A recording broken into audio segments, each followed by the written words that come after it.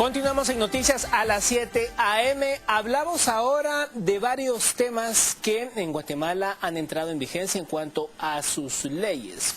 Por nombrar una de ellas, a partir del 28 de junio, pues todas aquellas personas que sean parte de una empresa, sociedad anónima, pues se tendrá que conocer quiénes son los accionistas. Las acciones son nominativas, ya no será esto un secreto, sino que cada miembro de una empresa pues está perfectamente documentado y registrado su nombre y apellido, entre otras cosas. ¿Cómo ven esto algunos sectores?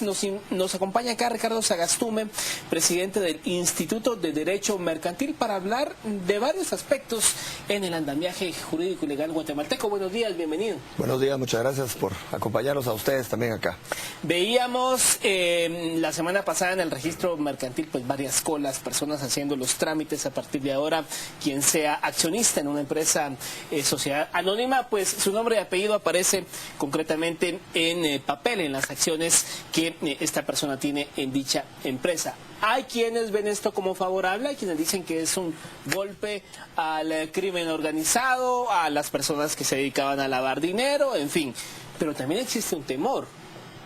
¿Cómo lo ven ustedes? Bueno, en primer lugar hay que entender que la ley de extinción de dominio es el resultado de una serie de compromisos adquiridos por el país para combatir la delincuencia organizada o el crimen organizado.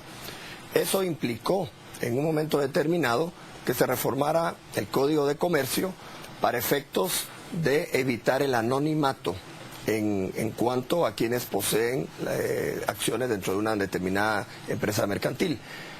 Uno de los problemas es que en el mundo las sociedades mercantiles han sido utilizadas por el crimen organizado, narcotraficantes, contrabandistas, para ocultar los verdaderos intereses de quienes están detrás de ellas utilizando la figura de la sociedad anónima.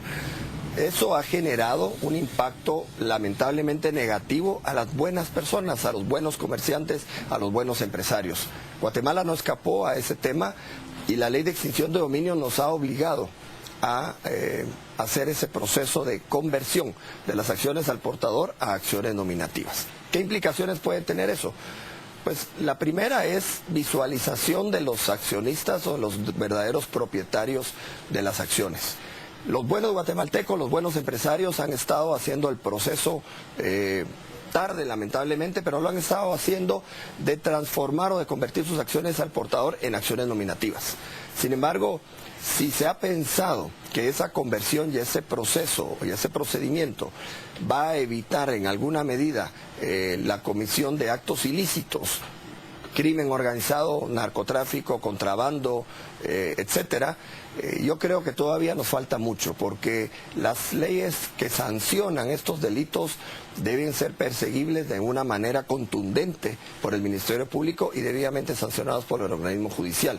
Y ahí donde creo yo que podemos encontrar algunos de los graves problemas, porque al final de cuentas el testaferrato, por ejemplo, la utilización de personas para ocultar la verdadera personalidad de los propietarios reales de una sociedad anónima, eso es un delito que está sancionado en Guatemala, pero sigo cuestionando que vaya a ser aplicado con todo rigor. Se menciona terriblemente los intereses de grupos de políticos. Hablemos de las personas que ocupan cargos públicos en la administración pública, realmente que utilizan estos testaferratos para efectos de ocultar sus intereses dentro de los negocios que hacen con el gobierno en un momento determinado. A través de las compras o ventas del Estado, realmente se ocultan muchos intereses de este tipo.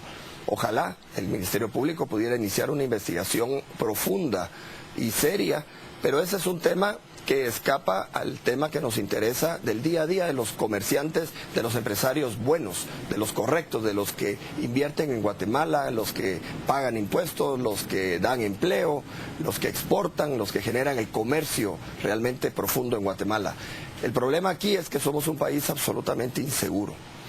No tenemos la tranquilidad de que seamos protegidos por las leyes, que no somos protegidos por el organismo o los jueces en sus resoluciones. Es muy fácil el espionaje, utilizando un término muy genérico, de investigar ahora quiénes puedan ser dueños o no de determinadas empresas para efectos de extorsiones o incluso de delitos mayores como secuestros, que realmente ese es un tema que seguimos nosotros lamentando en Guatemala, se da por distintas vías. Para entendimiento de la audiencia, ¿cómo alguien a partir de esta nueva, este nuevo procedimiento, cómo alguien pudiese enterarse, por ejemplo, de qué empresa es socio de usted, por ejemplo, cualquier otro guatemalteco? ¿Es fácil el mecanismo? ¿No es fácil?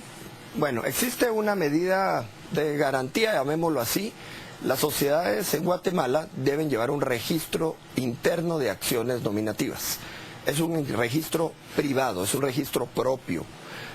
Afortunadamente, los legisladores no cayeron en la tentación de intentar registrar los nombres de las personas en el registro mercantil. Hay una tendencia muy marcada en algunos legisladores de que eso se logre dar, y eso realmente sería un gran golpe al empresariado guatemalteco, a la actividad empresarial. Ahora, la única forma de poder saber quiénes son o no son accionistas en una determinada sociedad anónima es a través de una orden de juez. A través de una orden de juez, la persona interesada hace una gestión y el juez ya solicita a la empresa específica los datos o la información que sea requerida, ya sea a través de un proceso civil o a través de un proceso penal. Pero solamente al día de hoy, afortunadamente, a través de una orden de juez. Y algo muy justificado, por ejemplo. Obviamente, definitivamente tenemos que entender que cuando hay un planteamiento ante un tribunal, la persona tiene que manifestar su interés expreso y cierto sobre qué lo motiva para poder investigar qué personas son o no son socios. Por ejemplo, deudas personales que puedan tenerse, y que hoy va a ser mucho más fácil perseguir el patrimonio de quienes tengan deudas personales. Pero también, si queremos averiguar quiénes están detrás de las compras, por ejemplo, vemos las medicinas, que es un negocio tan corrupto en donde se cuestiona muchísimo la participación de determinadas empresas privadas. Hoy va a ser un poco más fácil poder saber quiénes están detrás de esos negocios cuando se detecte un negocio que lesiona los intereses del Estado. Por ejemplo, ventas de medicinas a precios estratosféricos, venta de comida a los sistemas penitenciarios, prestación de tipo de servicios, venta de papel, compra de insumos.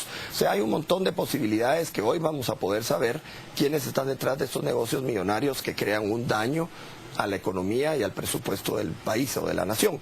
Pero en los términos particulares vuelvo a lo mismo, solamente a través de una orden de juez, hoy por hoy, afortunadamente podemos saber quiénes son dueños o propietarios de acciones nominativas.